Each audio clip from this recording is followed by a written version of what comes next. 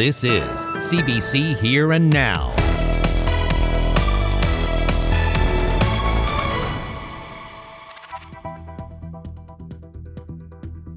Community leaders in Conception Bay North are welcoming news that the province will be extending temporary housing assistance to residents impacted by the summer wildfires. I'm Abby Cole, and I'll have that story coming up. The system doesn't help you move on. It kind of just keeps you where you are. For some people that might be hard to understand, but people that are in the system, they'll know exactly what I mean. A man facing a no-fault eviction from a social housing unit wonders where he will live next. From this point on, basically, all of our findings have not been positive.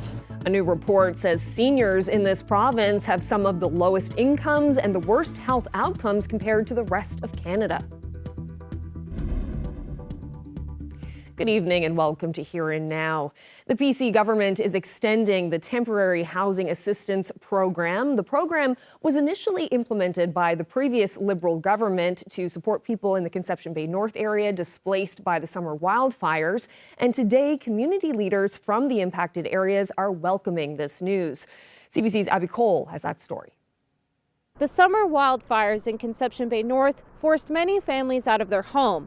Now, as we head into winter, many of those families are still without permanent housing.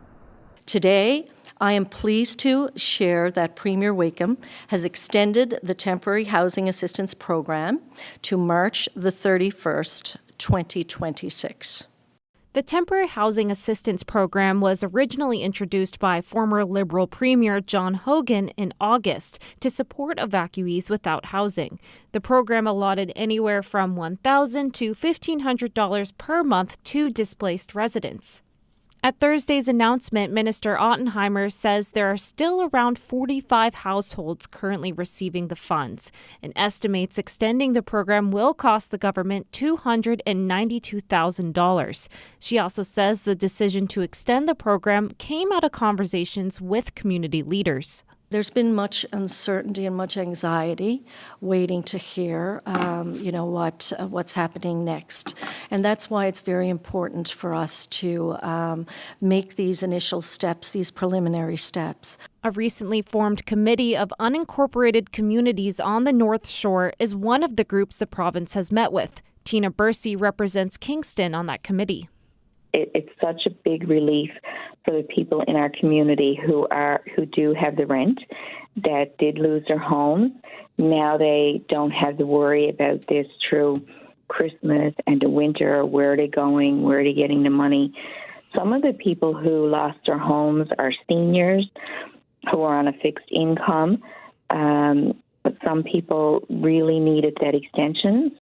Mayor of Small Point, Adams Cove, Blackhead, Broad Cove, Curtis Delaney, says it has been a challenging few months since the Kingston fire, and a lot of people are still relying on assistance. There's still a lot of people, on the shore that, for one reason or another, didn't have insurance, or maybe their insurance is not able to cover, housing for an extended period of time, that are taking advantage of this program.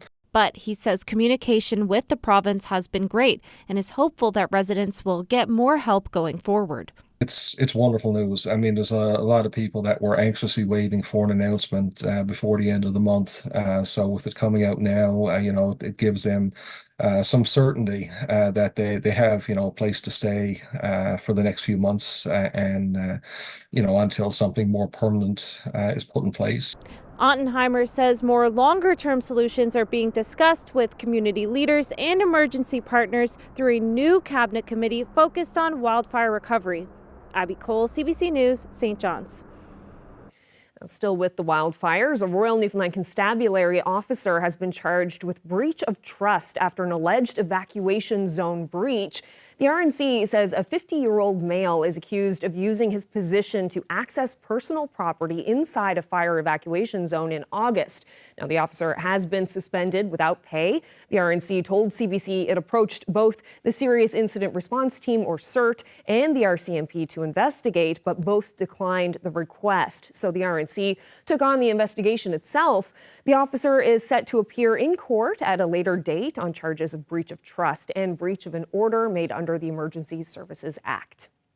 And in other news, the trial of a St. John's man accused of manslaughter following the death of a 71-year-old continued in Supreme Court today. Desmond Downey was charged after Douglas Hunt died in the East End of St. John's on March 3rd, 2022. And today, the province's chief medical examiner said the cause of Hunt's death was a blunt force injury to his head. Mark Quinn reports.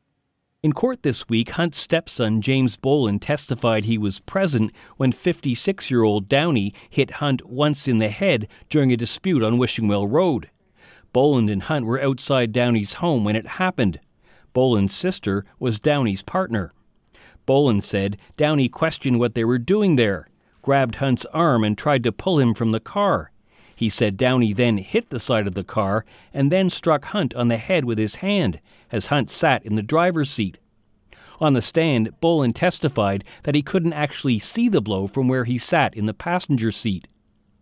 Boland said they then returned home where Hunt rested on a couch, complaining of a severe headache and neck pain. Paramedics were called after Hunt became unresponsive. He never regained consciousness. Downey was charged with manslaughter more than a year later. The province's chief medical examiner, Dr. Nash Denick, concluded that blunt force trauma broke Hunt's neck and caused a massive brain bleed that resulted in his death. Downey's defense lawyer, Jason Edwards, cross-examined Denick today. He asked questions about what could have caused those injuries.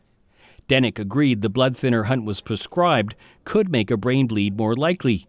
He also agreed a 71-year-old man was likely to have frailer bones than a young man, and that a strong yank or pull could possibly cause the injuries the autopsy found.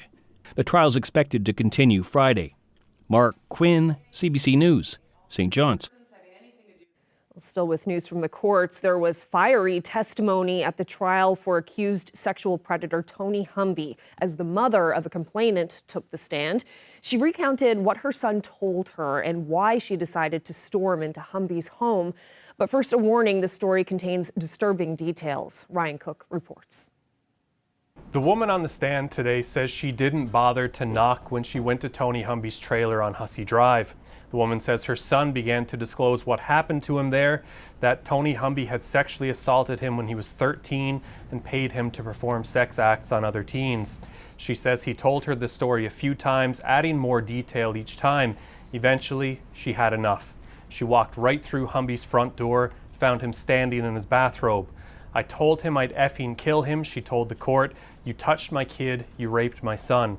She said her husband dragged her out of the house saying, let's do this the right way. Humby sat with his shoulders hunched and his head hung low as the woman testified. Her son's complaint kicked off the police investigation. More would come forward, and Humby is now accused of sexually abusing a dozen teens in total. Her son was living in a group home with other youths at the time of the alleged abuse.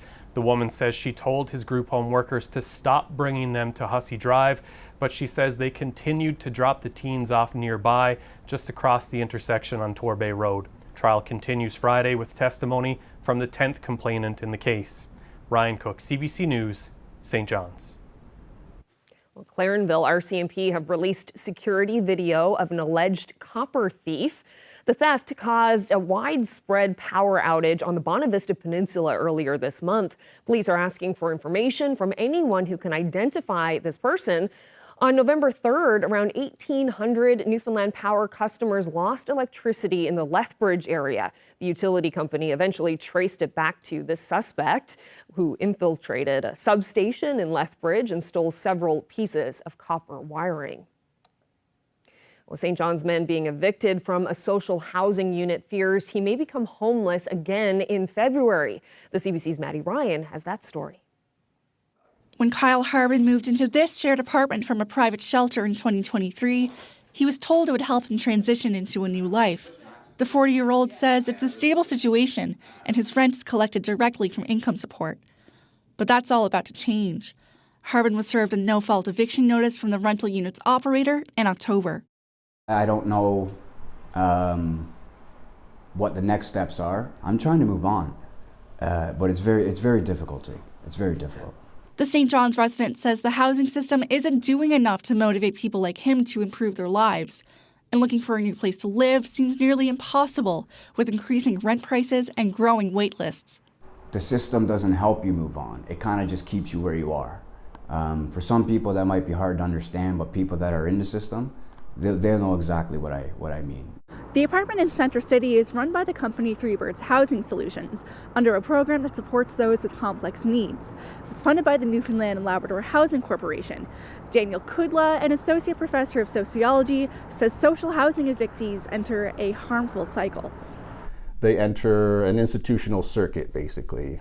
What that means is they end up fluctuating and being shuffled between different public systems like jails, hospitals, mental health clinics, the emergency homeless shelter, and none of those resolve their long-term issues. If anything, it's costly to taxpayers, it's inhumane in my view. The professor would like to see a provincial policy and more permanent supportive housing, so situations like this one become less common. As for Kyle Harbin, the logic behind the eviction is lost on him. It's a little ironic that the organization that's supposed to take people off the street is now putting me back on the street. So that's a little ironic. Mm-hmm. I could understand if I was, not paying rent, there was damage here. There's no damage here. We try and take care of the property. Harbin has to be out of the apartment by the end of February.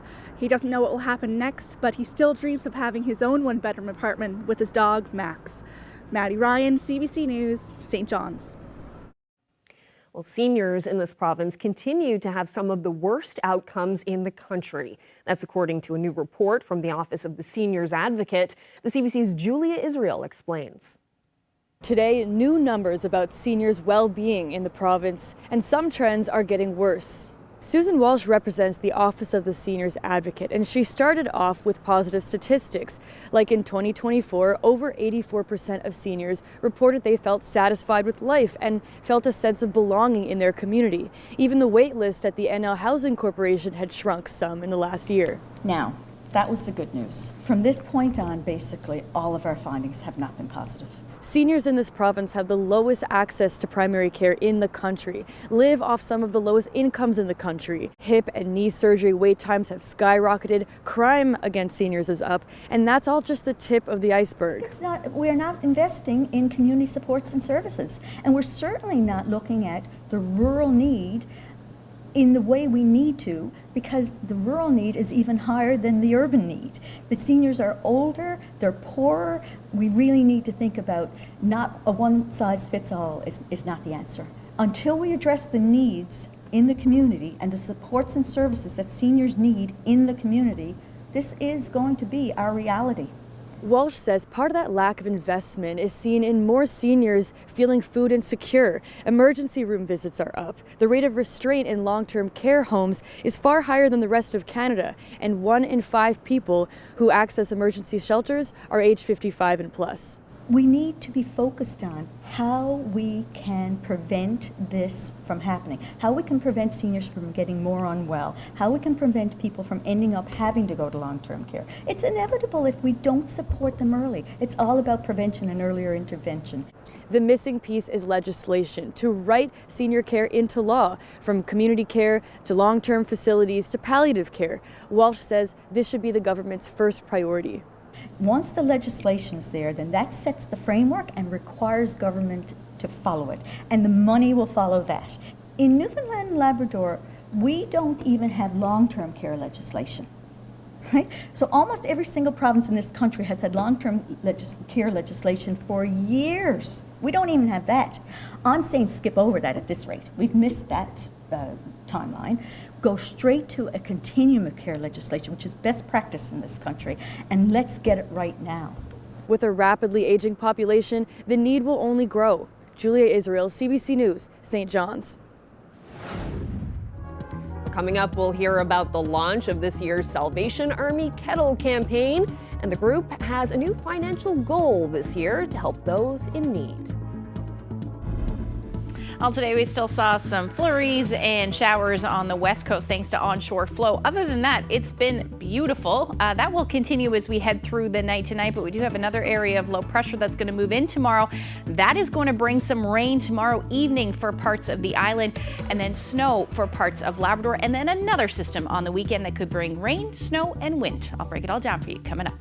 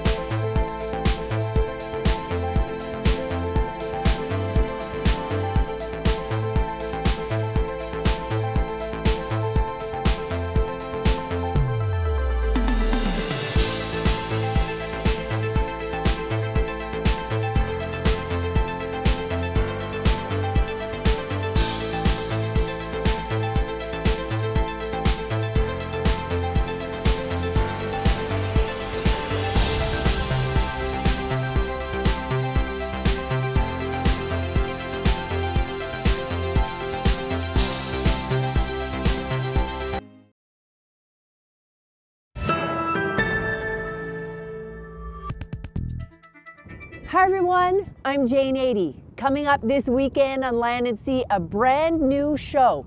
We're going to tell you about some of the people in Newfoundland and Labrador who use fiberglass and aluminum to build boats.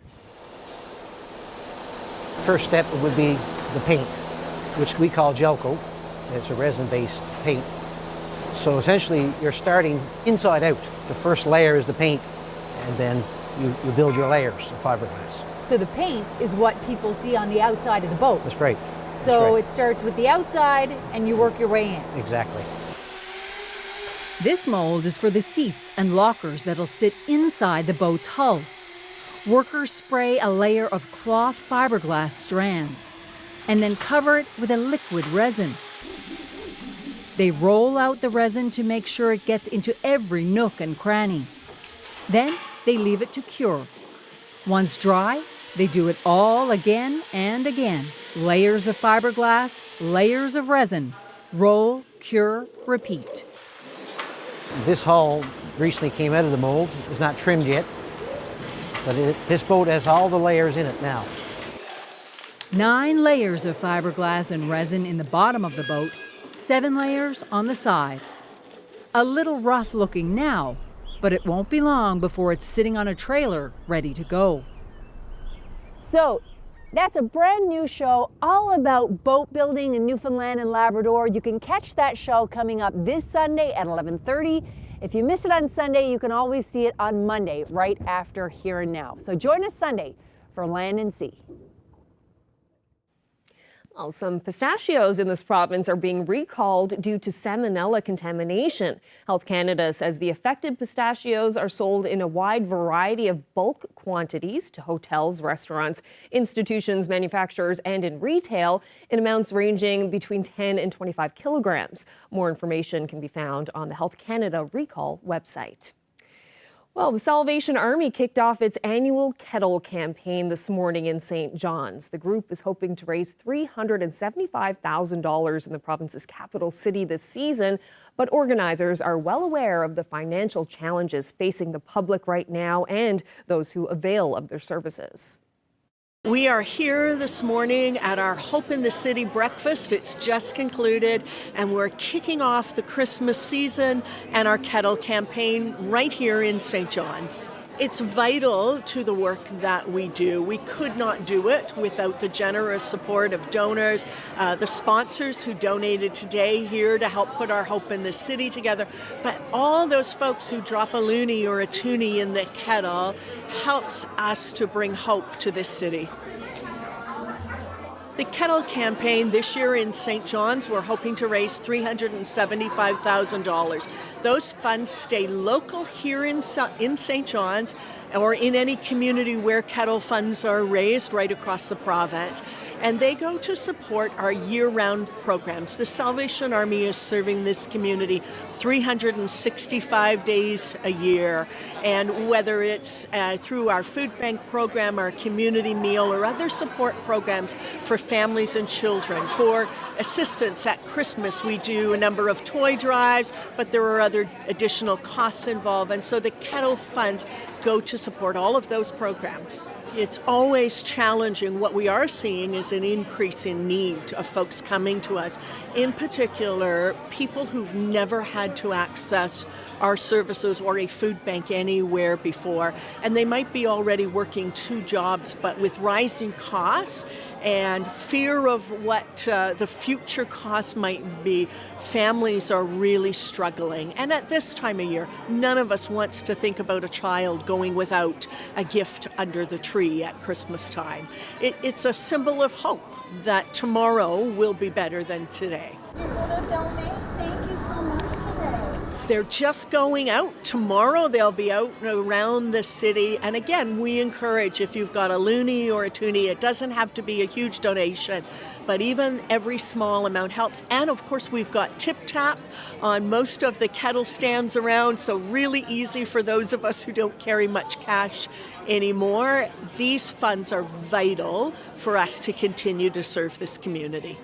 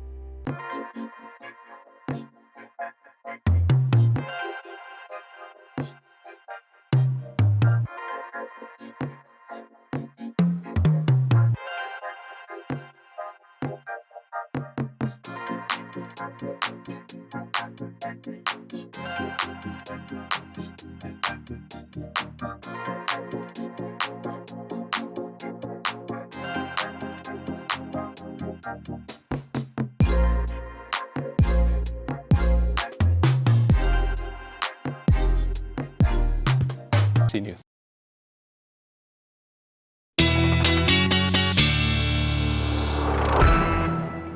Ashley's here with a look at the weather, and it was a beautiful day out there. Here in the east, we saw some sunshine, a little bit cool, but overall a very nice day. Yeah, it definitely was. You know, right around where we should be sitting for this time of year, but yes, it's been cool considering it still feels, I can't believe we're already in the middle of November. But yeah, ridge of high pressure today for most of us, which is why the weather's been fairly quiet. Now, we have been seeing some onshore flurries or showers for the west coast, but other than that, it has been quiet, but things are going to change as we head through tomorrow night, really, as this area of low pressure that's south of Nova Scotia at the moment is going to head towards our neck of the woods, and then we'll see a little bit of activity with that. Now, as far as the daytime highs go today, this is, like I said, right around where we should be sitting this time of year, between 4 and 8 degrees, warmest temperatures for the southern Avalon. And then for Labrador, towards the coast anyway, well above where you should be sitting this time of year. But we definitely have some cooler temperatures to the west, but it is still above where you should be sitting. I said yesterday, about -6 is where you should be sitting for this time of year. So fairly nice weather. Now, as far as what's going on right now, there's that flurry or shower activity for the west coast. And again, that's because you're seeing some onshore flow, some cooler temperatures in the upper atmosphere. It's kind of a perfect recipe for that, but things are going to change as we see our next area of low pressure move in. As we head through tonight. So temperatures tonight are actually going to continue to fall, especially for those of you in Lab West. You're sitting at -4 now, but the temperatures will continue to plummet through the overnight and then even across the island as well. We're down to 2 degrees in St. John's, but temperatures will move a little bit more than that as we head through tonight. And other than that, quiet weather. Again, flurries or onshore flurries or a few onshore showers for the west coast, but then we should see things clear out for the rest of the island, and then up across Labrador, generally looking at some quiet weather through the night tonight as well. As we get into tomorrow morning, though, things will change for you. You're eventually going to see some flurry activity on tap there for you. There's that temperature I was talking about. You should sit around -12 tonight, anywhere from about -10 to -12 through the overnight. The rest of Labrador will sit into the minus single digits. That will extend through to the northern peninsula, west coast, and through central. Now, along southern areas of the island and east, temperatures will hover near or even a little bit above zero through the overnight, but light winds will be the story tonight. And you may see a few showers for the southern areas of the island. As we head into tomorrow, expect some sunshine to start the day for most of the island, and even up across Labrador. Coastal areas will see some sunshine through the afternoon, even the upper Lake Melville area. So it will be a beautiful start to Friday. Things will change, though, as we head into the afternoon and evening. Clouds will be on the increase, and we'll start to see some shower activity, mainly for those of you along southern areas of the island. And then for Lab West, you'll see some flurries to start the day, and that will change to periods of light snow as we head towards the evening as another area of low pressure moves in. And then again, this rain will continue to move through the island, and eventually as we head through the overnight, most of us will be seeing some of that shower activity, which may fall as some wet snow in the higher elevations on the west coast.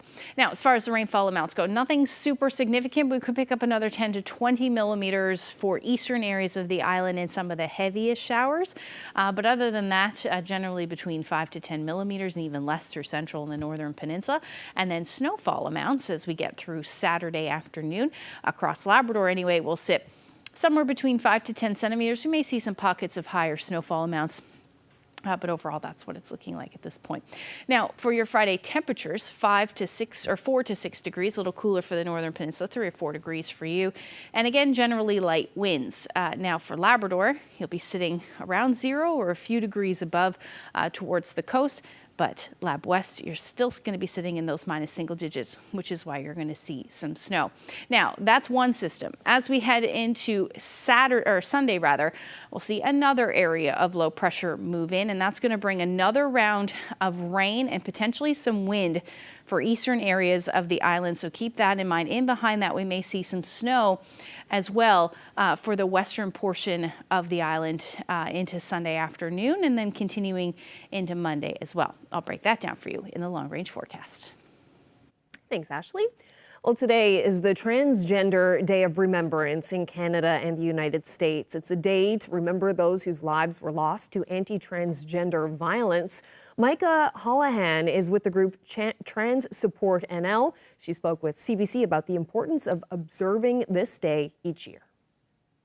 We, as a community, face a disproportionate amount of harassment, hate, and violence as a community for who we are. And you don't always see a lot in the news of like deaths, but proportionally compared to how many trans people are, the numbers are staggering. Can I ask about your own personal experiences? Sure. Yeah. I'm an open book. Micah, do you feel safe here, or have you experienced instances of issues in your life? Yeah, I've faced harassment, violence, in Grand Falls, in St. John's. I think it was only last week I was in the Village, and I had some teenagers harass me when I was just walking by, and started following me. I had to walk quickly to the escalator to get away. So it still happens. Well, the need for healthcare services for the transgender community is on the rise in this province. That's according to one family doctor who cares for around 1,000 trans and gender diverse patients in her practice. I spoke with Dr. Mary Lynn Sinnott and Health Minister Leela Evans about the supports needed from doctors and government. My practice every day is in addressing the social determinants of health for that population and trying to help people access the care that will keep them alive and happy and healthy and living their best lives. And so the need is enormous. And, I'm one of the very few family doctors and physicians in general who's providing services to the population. Over time, I've been doing this for over 10 years now, and over time, the need hasn't diminished, it's grown. And my capacity continues to dwindle despite my very best efforts, and so we are certainly reaching a point in the context of primary care as a whole where we're all strapped very tight and the resources are very limited, and the resources of our time and expertise in particular, and so I'm reaching a point where my ability to continue to see new patients and help trans people who are newly seeking to access care is becoming very limited, and there's a real paucity of providers and other places for people to go, which worries me. Why does that worry you? Because the outcomes for trans people who are unable to access care are just so profoundly horrifying. And what we know, the Canadian data we have that shows those outcomes has demonstrated that the highest risk time for trans people when they're waiting to access care. So that planning but not yet begun point of transition, when you know what you need and you know the services that you're trying to access but you're not able to get there, or you're sitting on a wait list, or you're sitting waiting, the suffering is enormous, and the outcomes of depression and adverse mental health outcomes and suicidal ideation and suicide attempts are the highest that they are in across the transition period. So we know this is critical. And Minister Evans, you're a new health minister with a brand new PC government. I'm sure folks out there will be wondering where your government stands on supports for the transgender community, transgender youth. You're here with Dr. Sinnott here today, listening to her concerns. Where does your government stand on these issues? Well, I'm here today as Minister of Health and Community Services to ensure that people understand we are committed to providing safe, accessible, inclusive health care for trans and people of the LGBTQ plus community. And one of the things that we need to do is to make sure that we recognize that we've failed to provide safe, accessible spaces. That's really resulted in poor health outcomes. Because even if the health care is there and it may be considered accessible, if trans people don't feel it's a safe space, it's an inclusive space, non-judgmental, they won't go. And that's really created a lot of harm. So for me as the minister, I want to ensure that we're working with people out there providing health care, such as Dr. Sinnott, to ensure that they continue to provide the health care, but we need to grow it. We need to make sure that there's a safe space where people can go to access health care. And for me, I'm here today as part of that commitment. And we need to improve the health outcomes of our trans population, right? And it seems, Dr. Sinnott, that it sounds like that you do need more supports, that there's a wait list for people who are wanting care. Is this something that your government is considering, maybe increasing funding to this particular sector of the healthcare system? Well, what we're going to do is we're going to look at the programming and make sure that the education is there for our healthcare providers, because a lot of times healthcare providers sometimes may not be as inclusive as they think. So a lot of that is recognizing, I guess, the shortcomings of the healthcare supports that they're providing, but making sure they get access to the right education, mentoring, and supports. And a big part is leaders in the community like Dr. Sinnott, who has the knowledge and experience and the trust of the population to be able to communicate to our physicians, to our nurse practitioners, to our nurses, what it is to provide a safe, inclusive work environment for their patients. Transgender rights have been challenged in some other provinces in Canada. I'm thinking Alberta specifically when it comes to the hormone therapy and puberty blockers. In New Brunswick, during the last election, it was a real hot button issue when it came to transgender youth and parental consent and students and that sort of thing. Where do you stand on those issues? What did you think when you see these, I guess, controversies unfold in other provinces? I think it's, in province of Newfoundland and Labrador, I think it's very stressful for our youth to be seeing that happen in other regions of Canada.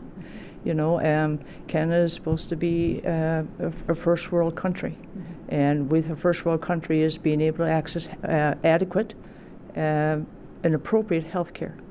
And we don't want to be creating stresses for our youth, especially youth who may have some challenges in terms of their identity, and also too is not being a part of what's considered the normal population, right? And what happens then when those labels are put on them? They may feel judged, harassed, bullied, and for us now, by 2025, it's time for us to move forward and ensure that we're providing safe, accessible health care, and that our youth feel safe to be able to ask questions of the healthcare provider. So us as a province, we want to be able to provide timely and adequate proper health care for our people, and that's everybody, right? In Newfoundland and Labrador, we need inclusive spaces. We need spaces free of hate and judgment, and especially in our healthcare clinics. Well, your position on transgender rights seems, pretty clear, but I have to ask, I mentioned the New Brunswick election, and that election from Blaine Higgs was run by Steve Outhouse. And of course, Steve Outhouse was running this campaign and is still with your government and was recently speaking out on behalf of your government in the Andrea Barber story. So can you talk to me about what you think about that, how you feel about that, and whether you're concerned any of those politics might creep in to your government? I think you should be talking not about Steve Outhouse, but our Premier. Our Premier, Tony Whitcomb, wants to provide inclusive healthcare system to everybody in the province, so people can access safe and proper, adequate healthcare, right? So I think the thing is to talk about who our Premier is. Our Premier is very supportive. And in actual fact, we've had great conversations with the Premier, and also too, Ms. Sinnott has had many conversations with our Premier. So I think the focus should be on the Premier as the leader of the province, as a person who spent many years working in healthcare. And for us, as we feel comfortable as leaders in the province, the Minister of Health, as the Premier of the province, making sure that everybody has access to inclusive, supportive health care, right? And that's a human right, right? So for me is the conversation should be really is, right, what's our government doing? And I'm standing here with Dr. Sinnott just to provide my support for trans people who are trying to access health care, right? So for me is I think that people need to actually let us do our work and actually recognize that our government is separate from other provinces, separate from Canada, and how we do business will be, it'll be unfolded in the next few months.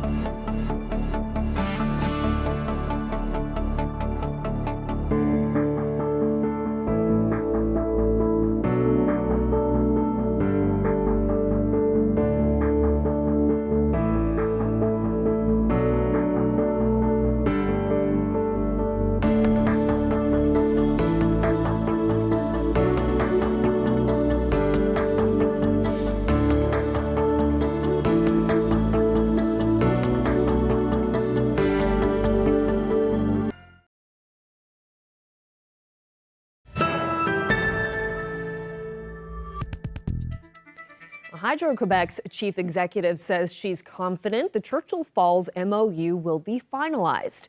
Claudine Bouchard made the comments at an event hosted by the Chamber of Commerce of Metropolitan Montreal. Newly elected Premier Tony Wakeham has promised an independent review and referendum on the deal. He also says he believes a better deal is possible. Now, when asked about this, Bouchard said the deal is a win-win for both provinces and is confident it will proceed. A spokesperson for Newfoundland and Labrador Hydro says it's still in talks with Hydro-Quebec about non-binding and secondary issues as utilities wait for the independent review. Memorial University's student newspaper is making some news of its own. For one issue only, the Muse is going back to print. Here and now, Zach Gowdy has more. We have some editions here of the Muse in print. Editor John Harris had to dig deep in the vault to pull out these print copies of the Muse. Memorial University's venerable student newspaper went all digital back in 2018. But for many decades and many generations of Memorial students, print copies of the Muse were everywhere on campus, amplifying students' issues and interests and opinions on its front page. Now this year, the Muse is celebrating its 75th anniversary. Harris and the Muse's current staff of student reporters and editors decided there was just one way to mark a birthday that big, with an all-new print edition. I think it really brings a special kind of nostalgia for the people that were at the Muse before to see it in print once again, but also to really bring it on campus in a way that can't be avoided. I think back in the day of print news on campus, it was a lot of ownership of the students. This was their newspaper. I think now in the day of social media, where we're trying as hard as we can to get on people's social media feeds, there are gatekeepers like Facebook and Meta and Instagram, where I think having our own print on campus will really send really be able to connect with students on campus in a way that hasn't been done since 2018. The Muse is facing some hurdles to publishing a new printed newspaper in 2025. For one thing, there is no longer a newspaper printing press operating in Newfoundland and Labrador since the Telegram went all digital last year. For that reason, the 75th anniversary edition won't be printed in the newspaper style of the old Muse. It will be printed magazine style instead. Harris says the staff are also relearning some old school skills, from how to lay out the content in a physical paper to how to sell the advertising inside it. For now, the 75th anniversary printed edition of the Muse is planned as a one-off, but depending on how it goes, Harris says they're open to bringing print back. So we're going to learn how to process how that process works. We're rebuilding relationships with advertisers because we want to make it financially sustainable and break even. But if all those things come together and we build that institutional knowledge back up, then it's definitely something we'll have to consider. The 75th anniversary printed edition of the Muse will hit campus in January. While you're waiting to pick up your copy, check out the great work the Muse continues to do online. Their video journalism can be found on TikTok and Facebook in a big way, and all their published articles are free to read on their website, themuse.ca. Zach Gowdy, CBC News, St. John's. Well, from MUN to Madagascar. Madagascar's president says officials have found a large emerald rock at the presidential palace, but it's unclear how it ended up there. The rock weighs 300 kilograms. Madagascar is one of the poorest countries in the world. However, it has an abundance of natural resources and precious stones. The military government says that it aims to redistribute wealth from the discovery to its people. And to avoid corruption fears, the president's office says it wants to be completely transparent with the public.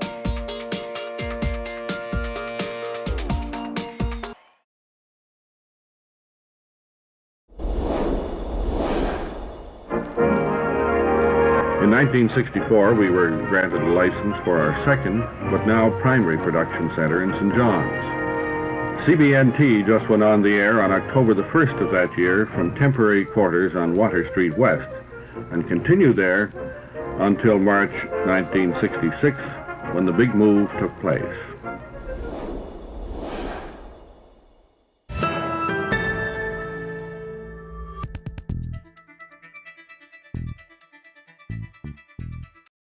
Well, the London Zoo has 2 new residents moving in. Kiwi and Gizmo, a capybara sibling duo, is getting used to their new spa-themed enclosure. And Gizmo? Kiwi is the younger sister of Gizmo. They've had a nice mooch around this morning. They've got a heated shelter, they've got a deep pond outside. On top of that, they also have a wallow. They love to roll around in the mud. Yes, Kiwi and Gizmo's new climate-controlled home also includes 2 pools. Capybaras are semi-aquatic and are considered the world's largest rodent. The zoo says the pair is settled in and appears to be happy. The permanent exhibit was built to discourage visitors from keeping the species as pets. They are pretty cute. I wouldn't mind having one as a pet. Would you have a capybara if you could? I mean, apparently I'm not allowed to, but yeah, why not? Dogs wouldn't like it, I'd say. No, my dogs would go crazy. Yeah, mine too. But they are pretty cute. Yeah. Okay, so let's talk about the weather, the long-range forecast. Weather lovely today here in the east, but how are things looking going forward? Yeah, so we've got a little bit of a busy weather weekend on tap. A couple of systems going to bring some weather, rain, snow, and even some wind in parts of the province. So let's take a look at what's going on as we get into Saturday. So that area of low pressure will move in Friday evening. So we'll start to see those showers along southern areas of the island late afternoon, early evening. And then the western portion of Labrador will see some light snow with this as well. That snow will push into the upper Lake Melville area and eventually the coast of Labrador as we head through Saturday morning. And then most of the island should actually see a little bit of a break from that rain through the afternoon. Maybe a few peaks of sun, but generally staying cloudy. Northern Peninsula, some showers, even some flurries in the higher elevations again on the west coast, Long Range Mountains for you. Now, as we head into the evening hours, that snow will move towards coastal areas of Labrador, and then the southeast, you should actually see this change back over to rain as we see a little bit milder air moving in. So between 1 and 4 degrees for most of Labrador, with the exception of Lab West, you will be into that light snow through the day on Saturday. And as far as the island goes, central and eastern portions of the island will see a temperature around 10 degrees through the afternoon. Single digits though, mid-single digits for the Northern Peninsula and the west coast. So most of the west coast will see that stay as rain for the majority of the day. As we head into the evening, though, we may see that change over to some snow as we head into Sunday morning. Now, this is when the next area of low pressure is going to move in. This will bring rain to the eastern half of the island. And again, we could see some accumulating snow. A little bit of disagreement with this system at this point, but we could see some accumulating snow Sunday for central areas of the island and potentially the west coast as well. So keep that in mind if you do have any travel plans. It'll also come with a short period of some gusty winds potentially on Sunday, mainly for eastern Newfoundland, but again, keep an eye on the forecast. And then up across Labrador, you're looking at unsettled weather continuing with the chance of some light snow for most of Lab West and even the upper Lake Melville area, and then towards the coast as well. Daytime highs on Sunday will stay mild again for the Avalon. The rest of the island will see those temperatures drop back down closer to the 0 degree mark, which is why we'll likely potentially see some snow, and then really not moving a whole lot temperature-wise up across the Big Land. Taking a look at the long-range forecast, we'll see that drop in temperatures Monday and Tuesday for St. John's and eastern Newfoundland. There may be a little bit of sunshine in the mix by the time we get into Tuesday. For central and western Newfoundland, you're also going to see that drop in temperatures hovering around the 0 degree mark by the time we get into Tuesday. Although there should be some sun for central western Newfoundland, you're going to continue to see some flurry activity. Then for Labrador, flurries through Sunday, Monday, Tuesday at this point looking nice. Temperatures below 0 and firmly below 0 for western Labrador, minus single digits with some periods of either flurries or light snow in the long range forecast. Our weather photo of the day, another beautiful, we've been seeing lots of rainbows. Lots of rainbows. And lots of rainbow pictures. This one is in Brigus. Thank you so much to Alan for that lovely photo, and we love seeing them, so share them with us. You can send them to my Facebook page or email them to nlphotos@cbc.ca. Oh, that is a beautiful shot. Alan, thank you so much for sending that in. And Ashley, I'm delighted to see double-digit temperatures on the weekend for the east. Yeah, coming with the rain though. Just barely, but just still, barely. I'll take it. Yeah. I'll take it for this time of year. Yeah, and then we'll see those temperatures drop back down below seasonable. So a little bit of a roller coaster to get through. Yeah, always the way it is. Yeah, that's right. In this province. Especially this time of year. Yeah, for sure. All right, well, that's it for us. Thank you so much for spending part of your evening with us. Good night.